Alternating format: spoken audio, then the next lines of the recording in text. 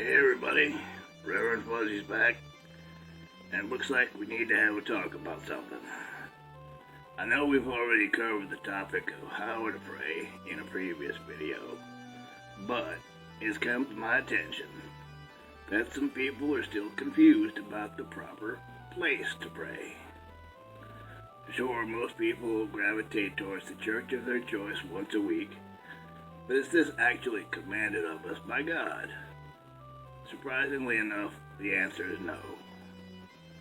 You can actually pray any place that's convenient, or you can go by what Jesus told us in the book of Matthew, chapter 6, verse 6, when he was heard to say, "But thou, when thou prayest, enter into thy closet, and when thou hast shut the door, pray to thy Father which is in secret, and thy Father which seeth in secret shall reward thee openly." Now this is by no means a directive to stop going to church. No, far from it. Church is still a good place to pray. It's also a good place for fellowship and learning. It's just not a requirement for the prayer process to work. In fact, if you're not already affiliated with a church, I recommend finding one that best fits your beliefs and attend regularly. But regardless of where you pray, it would seem that the more private the place of prayer is, the more likely you'll receive an answer. We can tell by a long study of the Bible that the majority of times that God has contacted someone directly or through an angelic messenger, it was with someone that was, at the time, alone and separated from the general public.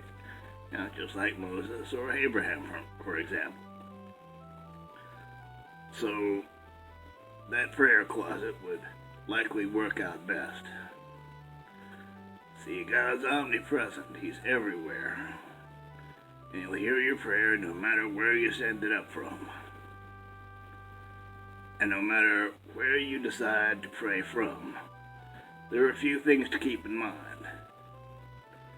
First, although open prayer is good and shows you're not ashamed of having a relationship with God, do not pray in the open just to be heard praying.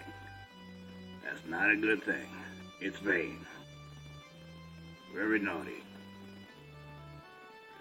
And if you're not participating in a group effort, we can stick to what Jesus told us and head for the nearest prayer closet or equivalent that you're allowed access to. And make sure not to pray for that which could be construed as selfish. Now, I'm sure by now there are several folks sitting right here in front of their computer screen yelling that I'm full of it or I just don't understand. But do any of us truly understand? I'm just relaying information that's gathered by years of observation and study. Yes, it's all still open to debate and further study. So I believe that for now, we can keep the peace if we all agree to disagree on this one. Either way, keep the prayer happening. Alrighty?